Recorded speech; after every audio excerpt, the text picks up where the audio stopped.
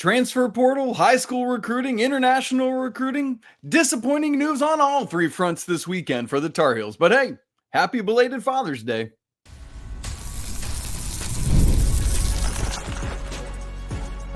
You are Locked On Tar Heels, your daily podcast on the UNC Tar Heels. Part of the Locked On Podcast Network, your team every day. Hey there, what's up? It's Monday, June 17th, 2024. Very seriously, happy belated Father's Day to all of you fathers and father figures out there. Welcome into the Locked On Tar Heels podcast, the only daily North Carolina show out there. I'm your host, Isaac Shade, and you're joining us at the place to get your Tar Heels content every single day. Thanks for making us your first listen or watch, and a special shout out to all you everydayers out there and all the members of the Locked On Tar Heels Discord family. Welcome on in. So glad you're all here. If you're not an everydayer, you're not part of our Discord channel, man, you're missing out, and we'd love to have you come be a bigger part of this community. This episode is brought to you by LinkedIn. These days, every new potential hire can feel like a high-stakes wager for your small business. That's why LinkedIn Jobs helps find the right people for your team faster and for free. Post your job right now at linkedin.com/lockedoncollege. Terms and conditions apply. Well, bad news on the recruiting front this weekend for basketball. Baseball loses on Father's Day. Bum, bum, bum. Right? But they're not done yet. More opportunities to win. Speaking of Father's Day, I was driving with my family to a movie, and I keep seeing, I've seen this a couple times lately, but I have no idea what it is, and I need help. I keep seeing Jeeps driving around, and they've got like duckies, like rubber duckies from a bathtub in the dashboard. What is happening with that? Can anybody out there please enlighten me? Because either I've completely missed something, or there's some kind of cultish behavior that I just don't know about. All right. So anyway, basketball recruiting. Transfer portal, international prospect outlook, high school recruiting. Carolina got some just kind of bummer news on all three of those fronts this weekend. A lot of it kind of expected, if we're being honest, but it's one of those things in recruiting where you just don't know until something is final. Like I think back to Ian Jackson's recruitment. That was Kentucky until literally that day. And then like in the hours leading up to it, it's like, hey, guess what? Ian Jackson is going to be a Tar Heel, right? And so you just never know. But when the news comes, then it's like, all right, it's final. I can accept it, but I don't have to like it. So the first thing was earlier in the weekend, Coleman Hawkins committed to Kansas State. And we essentially already knew that things were off and done between Carolina and Coleman Hawkins. And I know a lot of people didn't even want him, and I get and understand that. But still, again, there's the finality of it. And it's like, all right, he's not going to be part of this team. We accept that and move on. And it's wild because he commits to Kansas State, where he's there with Ugonna Onyenso, both of whom were guys that, we had looked at and talked about. And there's that. But also they've got Achor, who transferred in from Samford. He's somebody I would have loved for Carolina to have gone after.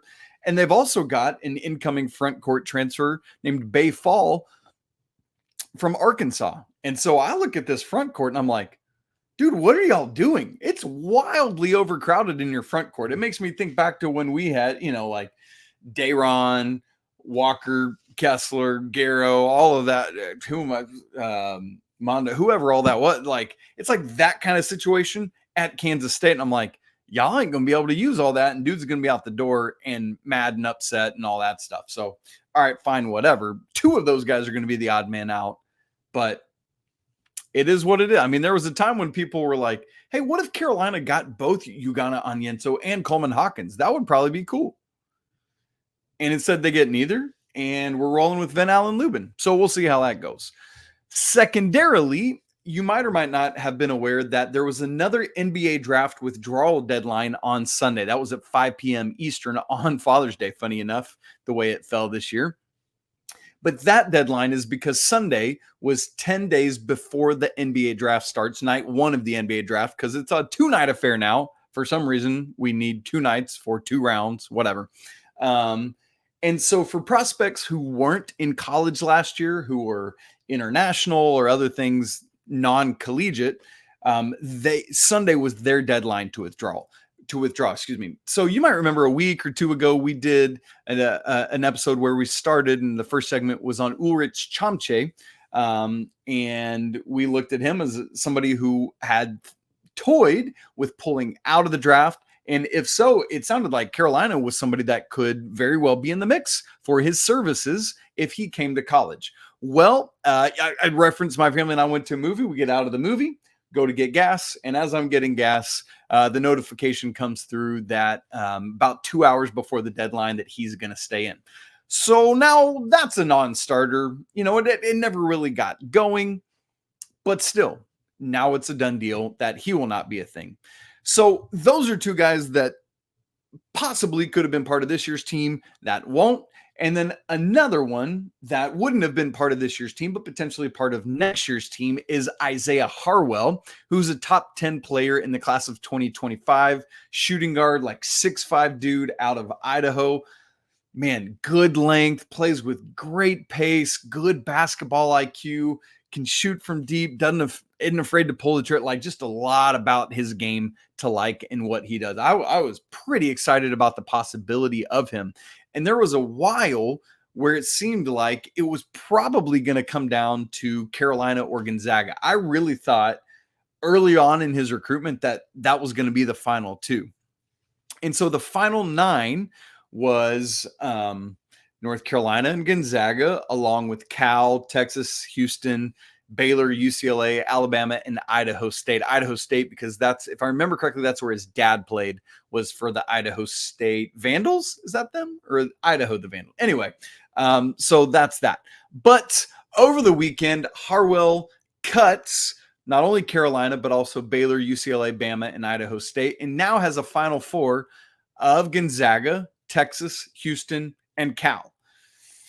So Carolina's out on him. And look, it's another thing kind of similar to Coleman Hawkins, where it's just from rumors and other things for a while, it's felt like either he's pulled back from Carolina or Carolina's pulled back from him, some of both.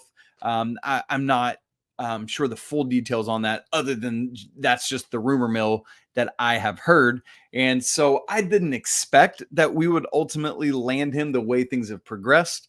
But again, just like with anything else, until it's a sure thing, you just hold out hope, because again, man, he was a shooting guard that I really, really, really like in the class of 25.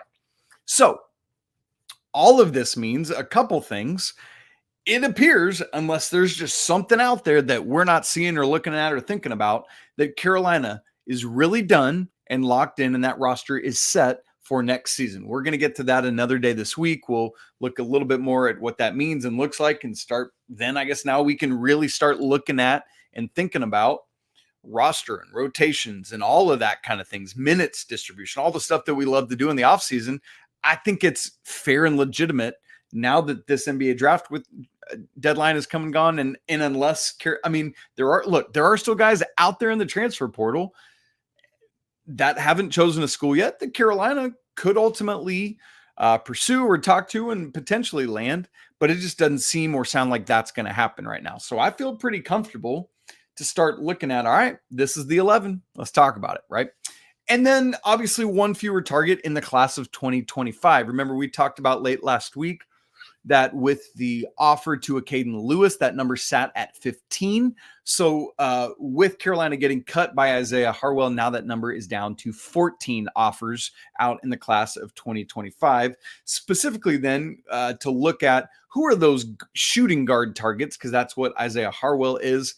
2 specific shooting guards, at least the way they're classified, are Darren Peterson, who's another top 10 guy, and then Braylon Mullins, who's a guy that's like launching up the recruiting rankings. And then a couple listed combo guards. Jasper Johnson is the big name of that list. And then Derek Dixon, along with a Caden Lewis as well. So those are some of the other shooting guards or combo guards that Carolina has offered in this class that we'll continue to keep our eyes on. Obviously, other names could pop up on the board and obviously in the transfer portal as well. But where things stand right now, that's what we're looking at. So just wanted to update you on that. And look, this is how it goes in recruiting. You miss on more than you hit on. That's just the way it goes. So I'm, disappointed in some of these things, but it's par for the course in the recruiting game. So we don't look back. Now we just move on. Who's next? What's next? That's where we go. All right, let's switch from basketball to the baseball diamond, where Carolina won one and lost one over the weekend. They lost to Tennessee on Sunday night 6-1, and it was a game of missed opportunities. We'll talk about that and much more coming up in just a second. Right after I tell you about LinkedIn Jobs. When you're hiring for your small business, you want to find quality professionals that are right for the role. That's why you have to check out LinkedIn Jobs, which has the tools to help find the right professionals for your team faster and for free. LinkedIn isn't just some other job board. They help you hire professionals you can't find anywhere else, even those who aren't even actively looking for a job but might be open to just that perfect role. In a given month, over 70% of LinkedIn users don't even visit other leading job sites. So if you're not looking on LinkedIn, you're looking in the wrong place. On LinkedIn, 86% of small businesses get a qualified candidate within 24 hours. So hire professionals like a professional on LinkedIn. Who knows that small businesses are wearing just a ton of hats and might not have the time or resources or capability to hire well. So they're always trying to find ways to make this process easier and more efficient for you. Like a new feature they recently launched that helps you write job descriptions. I love how that can help small businesses do what they're doing better. So post your job for free right now at linkedin.com/lockedoncollege. Again, that's linkedin.com/lockedoncollege to post your job for free. Terms and conditions apply. College World Series game 1 on Friday afternoon. Carolina beats Virginia. Another walk-off for the Tar Heels. Another walk-off hit for Vance Honeycutt. Crazy stuff to move into the winners bracket. If you want more specifics on that game, we talked about it Friday on a live postcast, so make sure to go check that out. We're going to spend the majority of the time here talking about the loss to Tennessee on Sunday. And then in the last segment to wrap up the show, we'll just look ahead at what Carolina's got to get ready for on Tuesday with Florida State, and I'll give you 4 things in particular that I'm seeing. So Carolina loses to the Vols 6-1 on Sunday night, and the critical thing for me is this was a game of missed opportunities in the latter innings. The game starts off with a great pitcher's duel, defensive struggle. First 3 innings, 1 base runner for either team, and it was a walk that Carolina's Shea Sprague issued. Carolina went 9 up, 9 down to start the game. Tennessee went 10 up, 9 down to start the game. I mean, so really, really looking like this was going to be a pitcher's duel, but Tennessee capitalized on some opportunities, whereas Carolina just frankly couldn't. And there was the biggest potential turning point, and then a ensuing Carolina missed opportunity happened in the bottom of the 4th for Tennessee and into the top of the 5th. Here's what it was. Bottom of the 4th inning, Tennessee gets 2 on, 1 out. Top of the 5th inning, exact same thing for Carolina. 2 on, 1 out. The difference, one team capitalized, the other didn't. And funny enough, it got to 2 outs, for both teams. So Tennessee, 2 on, 1 out in the bottom of the 4th. Shea Sprague gets a strikeout, and it's like, oh, baby, he might get out of this thing. But then gives up a 3-run bomb with 2 outs. Change up that just backed up over the plate. Boom. Deposited over the right field wall. Same situation for Carolina, top of the 5th, 2 on, 1 out, strikeout, just like what happened to Tennessee. The difference is Carolina can't capitalize, and instead of a 3-run homer, it's a strikeout to end the inning. And those are the kind of turning points in these type of games that just make or break a game. And unfortunately, it's just baseball, man. That's the way that the breaks go sometimes. But the problem for the Tar Heels is they missed that opportunity in the top of the 5th and then missed another golden opportunity the very next at bat. At that point, Carolina top 6 is now down 4-0 because they gave up, Sprague gave up another bomb in the bottom of the 5th, just another changeup that came back over the plate. Boom. I mean, it was a bomb. Another one over the right field wall. But top 6, Vance Honeycutt leads off with a home run. Great stuff. He just keeps doing what he's doing. And then you get a Casey Cook single and a Parks Harbor single. And so you've now got 1 in, first and second, nobody out, and you're cooking. The problem, Carolina got nothing else that inning. D'Onofrio hits into a fielder's choice, a little bit of a slow roller, so Cook's able to get to third, and Tennessee can only get the lead runner, Hubert, at second. D'Onofrio's on first, so first and third, one out. And honestly, it's kind of like, all right, we'll trade Hubert for D'Onofrio. You'd rather get another hit and get a run in, but D'Onofrio's much better wheels on the base paths. Unfortunately, Tennessee has changed pitchers at this point, brings in a lefty, and I'm not sure. I couldn't tell if D'Onofrio got fooled leaning or if he was going on first movement. So for those, just a little baseball stuff with the righty, he's facing towards third when he's in the stretch. And so, it's easier to deal with pickoff moves where versus a lefty, as Tennessee's relief pitcher was, when he comes up, as long as he's keeping that 45 degrees, he can come straight over to first or go home. So it's a lot harder to steal on a lefty. So sometimes what you'll do with a fast runner like D'Onofrio, you'll just go on first movement. So as soon as he moves, even if he has a pickoff attempt, you're taken off for second. The way D'Onofrio reacted, though, I think he just got caught. And so still went, but then couldn't get out of the rundown. And so he just didn't look committed to it the way you would in a going on first move. So a bummer there. So there he grounds into the fielder's choice. Then he gets picked off, and then Gallagher strikes out, and that's your inning. So, you get one run out of those 2 innings in which you got stuff going, two separate innings where you've got 2 runners on, 1 out, and the next one, 2 runners on, nobody out, and then first and third, 1 out. And you only get 1 run out of that. And it has nothing to do with any of those base runners. It was the Vance solo shot. So it's very reasonable to think that Carolina could have gotten 3 or 4 runs out of those 2 innings. And this is a totally different ballgame at that point, because then Coach Forbes utilizes different, more high leverage pitchers. We might have seen Dalton Pence for a couple innings. Then that puts different pressure on Tennessee, right? If it's tied at 4, or maybe it's Tennessee's up 5-4, like it's just a whole different ball game where you play strategically different, you sacrifice differently, and do all sorts of things. And so Carolina's inability to capitalize on those 2 innings, to me, is the turning point in this baseball game, because then they had no real threats in the final 3 innings. It just couldn't get anything going there. A couple just other game notes for you. You probably saw it either from somebody or from me pregame, but Jackson Vanderbrake did start at DH for Alberto Osuna, who has been scuffling a little bit lately. We talked about this on the live postcast after Friday. I said, a lot of times you stick with your guy if you think he's just going through a slump. So I said, if it's just that, I think we'll still see Osuna in the lineup. But if you think it's like a mental thing or a fundamentals thing, then you make that switch. And we saw that. Now, Vanderbrake didn't really have a productive day. Let me go back to the lineup there just in real time. He was 0 for 3 with 1 walk. But I'll say this for Jackson Vanderbrake. He put some really good swings on the ball and had several, like that at bat where he walked was a phenomenal at bat, like a high level senior captain type at bat. Was really proud of him. And so I'm curious and interested to see what happens on Tuesday at the DH spot, where Osuna had started every game this season prior to Sunday. In terms of pitching, Shea Sprague did a great job. Just a couple mistakes that they got, that Tennessee took advantage of. And then you got to kind of pull them at that point, because you don't want to let the game get too far away.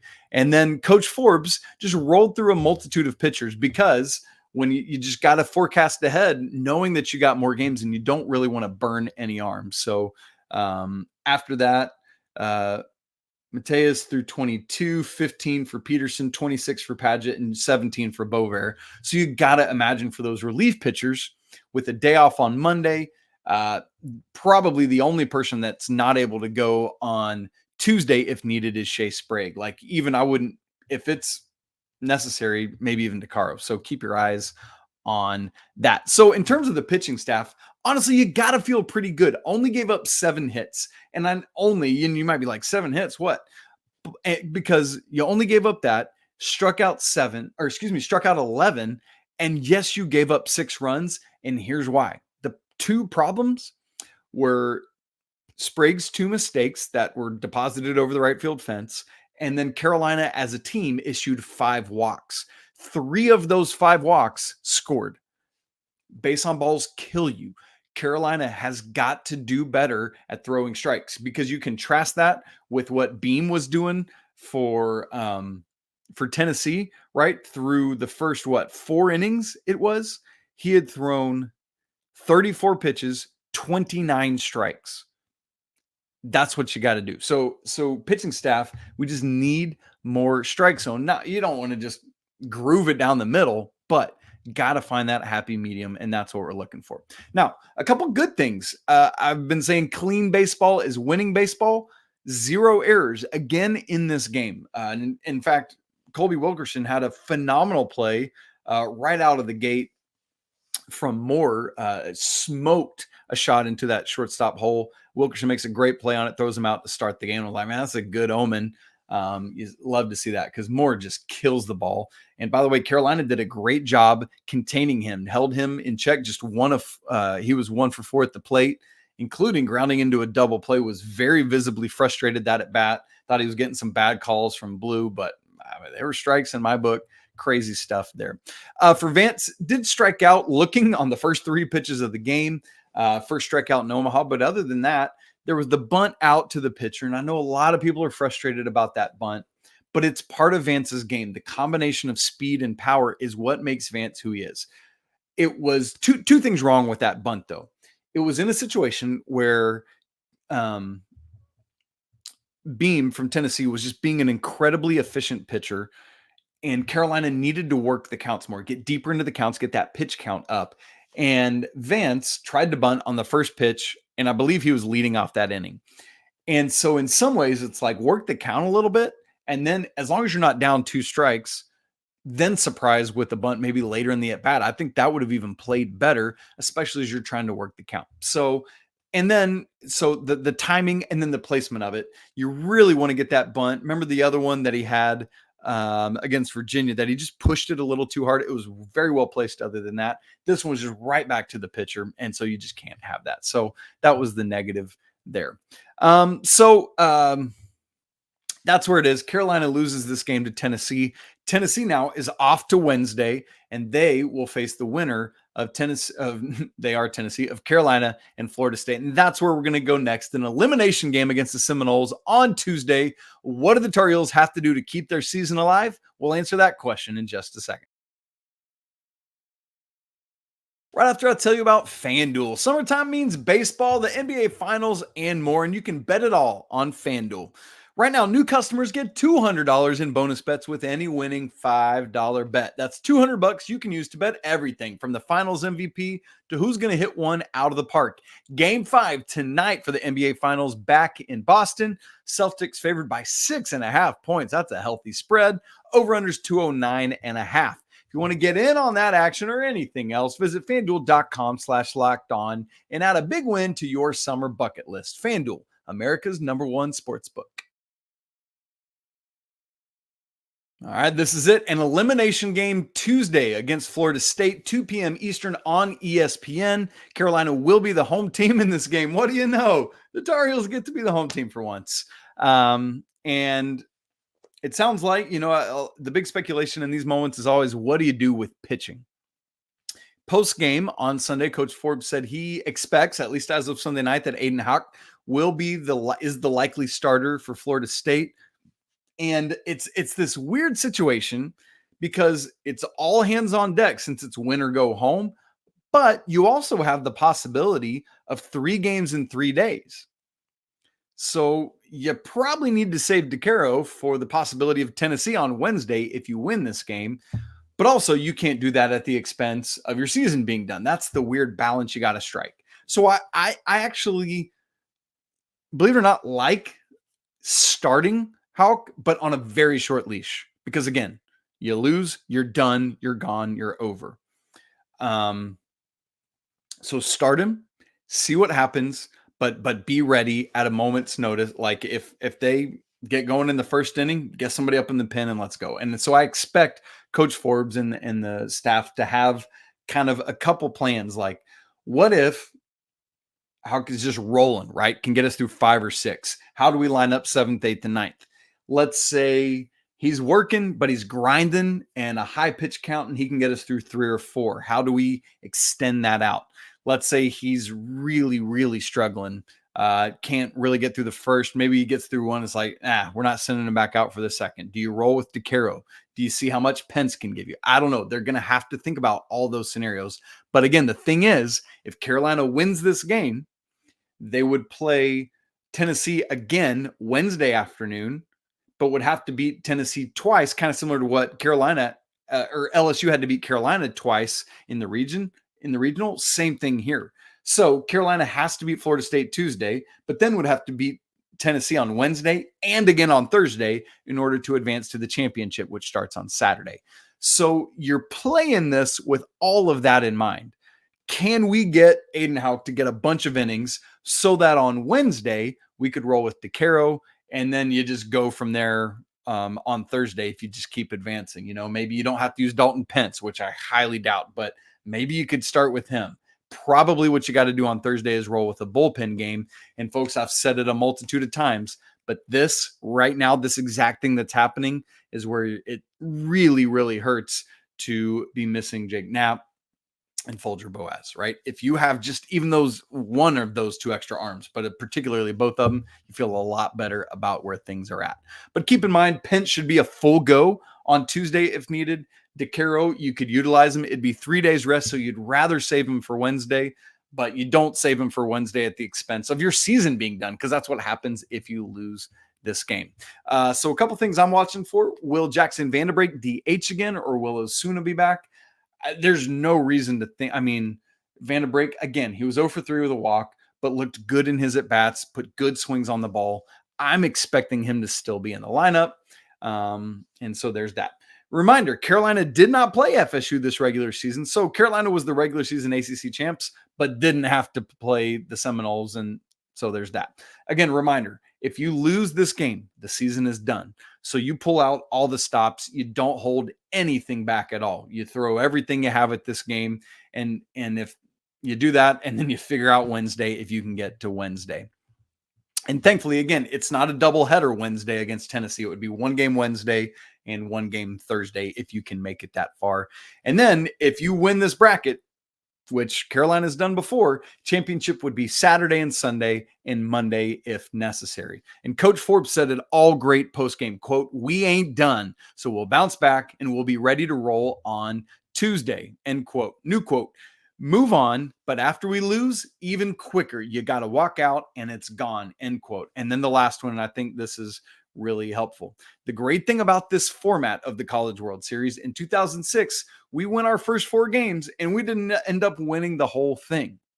And then in 2007, how about this? We lost this same game and then we made it to the national championship. Obviously lost to Oregon State, but still, it's doable to lose this game and move on, but Carolina's got to get it going."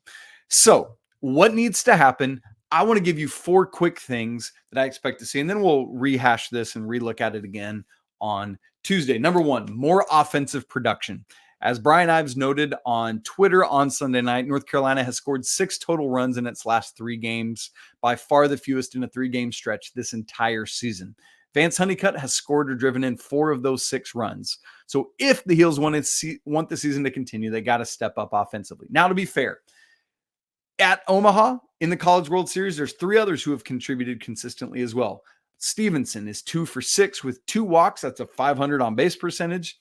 Casey Cook is 4 for 8. Parks Harbor is 3 for 6 with 2 walks. So that's a 625 on base percentage. It's just got to get these at the right moments from the right guys.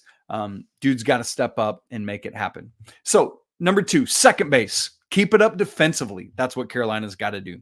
0 errors in Omaha. None against Virginia, none against Tennessee. Just keep doing that. Again, clean baseball is winning baseball. Sure, the offense has to step up, but the defense is doing its job and needs to keep doing its job. Number 3, third base, clutch hits. Carolina needs that. They've gotten them at critical, key, crunch times throughout the postseason, but they didn't on Sunday night, similar to when they didn't in that lone loss to LSU in the regional. But those are going to be necessary. You have to get these timely 2-out hits like what they got against Virginia. like what Tennessee got against us on Sunday night. Got to have that. And then the fourth thing, got to do on Tuesday, our home, first, second, third base now home, an unexpected special pitching performance.